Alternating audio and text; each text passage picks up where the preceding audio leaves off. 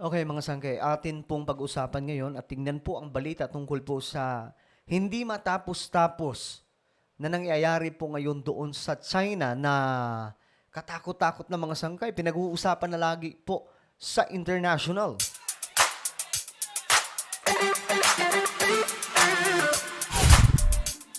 Magandang oras po sa lahat ng ating mga kababayan. This is me once again, Sangkay Janjan. I'm back for another vlog. Today, mga sangkay, pag-uusapan po natin itong malaking ganap doon ngayon sa China na ewan ko, para po silang sinukluban. Na-topic na po natin ito nakaraan. Nakatopic na rin po natin kahapon, mga sangkay. At ngayon, marami pa rin po tayong nakikita na balita tungkol po sa nagaganap ngayon doon sa China na halos walang hinto, mga sangkay, na nangyayari. Ito po ay mga dilubyo na nangyayari po sa kanilang bansa, no? Anyway, bago tayo magpatuloy, paki-subscribe po muna yung ating YouTube channel. Ayan po, sa baba ng video na to, makikita nyo po, mga sangkay, yung subscribe button. Pindutin nyo lamang po yan, tapos i-click nyo yung bell at i-click nyo po yung all. Dahil dito, mga sangkay, 1.24 million subscribers na po tayo. Parami po tayo ng parami, mga sangkay. Kaya namang hindi ka pa po nakakapag-subscribe, i-subscribe mo na. Sa mga nanonood po sa Facebook, i-follow nyo po yung ating Facebook page, okay? At ito, may papagawa lamang po ako saglit sa mga nanonood po sa Facebook. Sundan nyo lang po ako, mga sangkay. I-check nyo po sa itaas ng video na to, itong nakikita nyo. Kagaya po ng nakikita nyo sa video, may makikita po kayo dyang tatlong tuldok sa itaas. Okay? Itaas ng video na to, ito mismo. Pindutin nyo po yung tatlong tuldok. Then may lalabas po dyan na show more. Pindutin nyo yung show more. At ayun, mga sangkay. Ganun lang. I hope na nasundan po ng lahat. So ito, diretso po tayo, mga sangkay. Ito po kasi yung balita. Ayon po dito, mga sangkay, thousands evacuated across southern China after historic floods. Okay? Libo-libo daw po mga tao. Ngayon, tiningnan po natin, mga sangkay. Ito po, asan na ba yung mas bago? Ito. May live din po dyan, mga sangkay. Ito yung live. Check po natin. Yan yun. Ito yung live na nangyayari, mga sangkay, doon sa China. Then, ito, bagong balita tungkol dyan. So makikita po natin, sobrang daming kabahayan ang lubog sa tubig. So ito, mga sangkay, ito yung live. So actual na, di ko nalalagyan ng tunog, mga sangkay, para safe tayo. So makikita nyo, mga sangkay, kung gaano katindi itong ganap doon.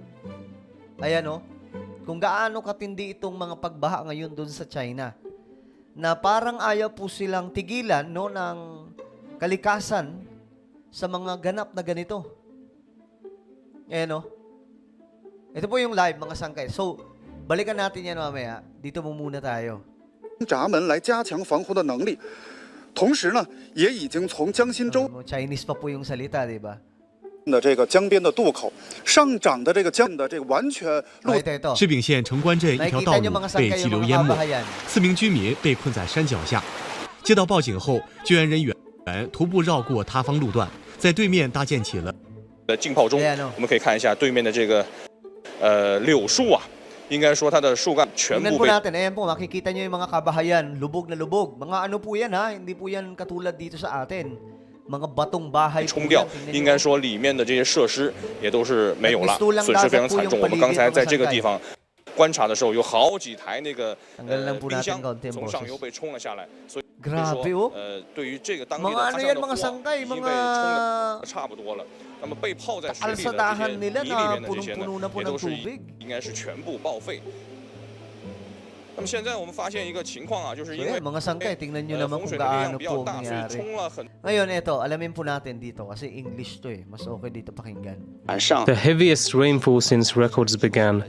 In China's Hunan province, the local river swelled to its highest level in 70 years. Okay. Highest, in 70 years? The local river swelled to its highest level in 70 years. In 70 years, yan lang daw po nangyari na ganun kataas yung tubig. At least 1/3 people here have been affected. For those picking up the pieces, it's reduced them to tears. We moved our goods upstairs, but who knew Grabe, umiiyak mga the water sangkay. would reach the top? We didn't receive any notice. Even if we had moved a little, we would feel better.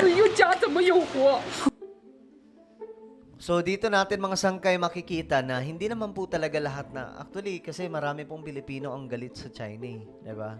So siguro itoon po natin yung pansin natin sa kanilang government. Pero yung communities nila, gaya po nito mga probinsya po nila mga sangkay, wala naman pong kinalaman 'yan sa sigalot ng ating teritoryo ng Pilipinas sa China. So kumbaga, wag natin sila idamay. No, tingnan niyo yung nangyayari sa kanila. May mga iba kasi nagjo-joke na 'di ba? Hindi rin po natin masisi yung ibang Pinoy, pero ang kanilang joke, gusto niyo ng dagat, 'di ba? Ayan, dinala sa inyo yung dagat. Parang ganoon, 'di ba?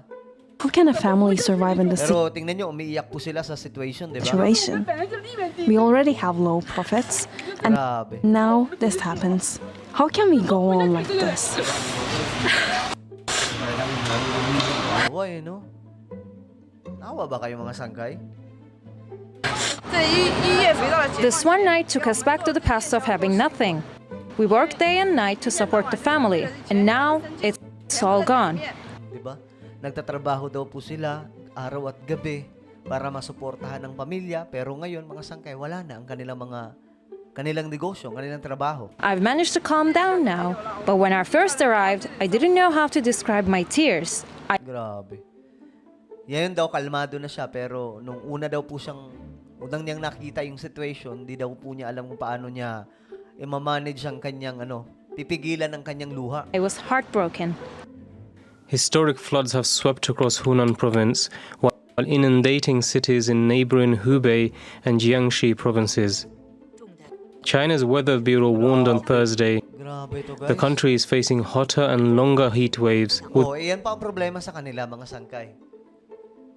Ito, lagi naman po natin ito nababanggit, no? Mayroon pong heat wave sa kanila. Extreme heat wave. Marami na po ang pumapanaw mga sangkay dahil po sa heat wave. Tapos may ganito pa. Nakikita niyo ba mga sangkay yung situation nila? Sobrang lala. Ayan o, tingnan nyo, nagbistulang tagat po yung buong paligid ng mga lugar na to. with more frequent unpredictable heavy rain as a result of global warming. Itong heavy rain ay resulta daw ng global warming, itong climate change. Ito po yung pinag-uusapan natin mga sangkay. Na hindi po ito conspiracy theory, hindi po ito hula-hula lang ng mga vlogger, mga sangkay, but this is the truth that we are facing right now in our planet. May climate change, guys. Ito po ay totoo. Nakikita po natin yung mga ebidensya. Ito po, mga sangkay, China. Malagong bansa, pero tingnan nyo po ang nangyayari, di ba? And issued alerts that two Tingnan nyo to, yung bahay na to, typhoons could make landfall in mainland China this month. The rain is expected to begin dissipating from the southern regions, but Grabe. shifting northwards. Tapos yung ibang bahagi, mga sangkay ng China, ang nangyayari po, sobrang init ng panahon. May malalang heat wave. So ito po ay nakaka-alarma mga sangkay. Kaya nga, yung mga nanonood dito, mga sangkay na kung ikaw ay nanonood na nervyoso, humanap ka po ng ibang mapapanuuran. Dahil dito, makikita nyo talaga yung realidad na nagaganap sa ating mundo. Kung gusto nyo kung ayaw nyo malaman yung mga ganitong klaseng content, yung ganitong klaseng ganap sa ating mundo, then humanap kayo mga sangkay ng ibang vlogger na mapapanood nyo na hindi kayo maaapektuhan. Kasi dito mga sangkay, medyo sinasabi po talaga dito natin ng transparent. Ano ang nangyayari sa ating planeta? Ano ang nangyayari sa ating mundo? May gera ba? Mayroon bang, ano bang mga sakuna ang pwede mangyari? Ito po ay realidad, mga sangkay na nagaganap sa ating planeta. Itong climate change. Torrential rain is expected in Sichuan and Chongqiu provinces, as well as parts of Henan and Shandong. Communities there are bracing for the terrifying impact of the coming storms. Afzal Ahmed, TRT World. Wow. The heavy Okay, so nakakaawa yung nangyari sa China, but ito po ay bahagi ng climate change, no? Wala naman po kinalaman siguro dito mga sangkay yung sinasabi ng iba na parang pinaparusahan ng China. Hindi po natin sila ma-judge. Pero ang pagdating po sa ganitong event, ang iniisip ko kaagad at sinasabi ng mga scientists, climate change, global warming ang nito, siyang ugat. Bakit nangyayari ito? At hindi po natin alam anong pwedeng mangyari din sa Pilipinas since daanan po tayo ng mga bagyo, di ba? So ano ba ang inyong komento? Just comment down below. And now guys, I invite you please subscribe my YouTube channel. Ito po ay Sangkay John Daily. Nag-upload po tayo dito ng mga vlogs po natin. Hanapin niyo po ito sa YouTube, then click the subscribe, click the bell, and click all. Ako na po ay magpapaalam. Mag-iingat po ang lahat. God bless everyone.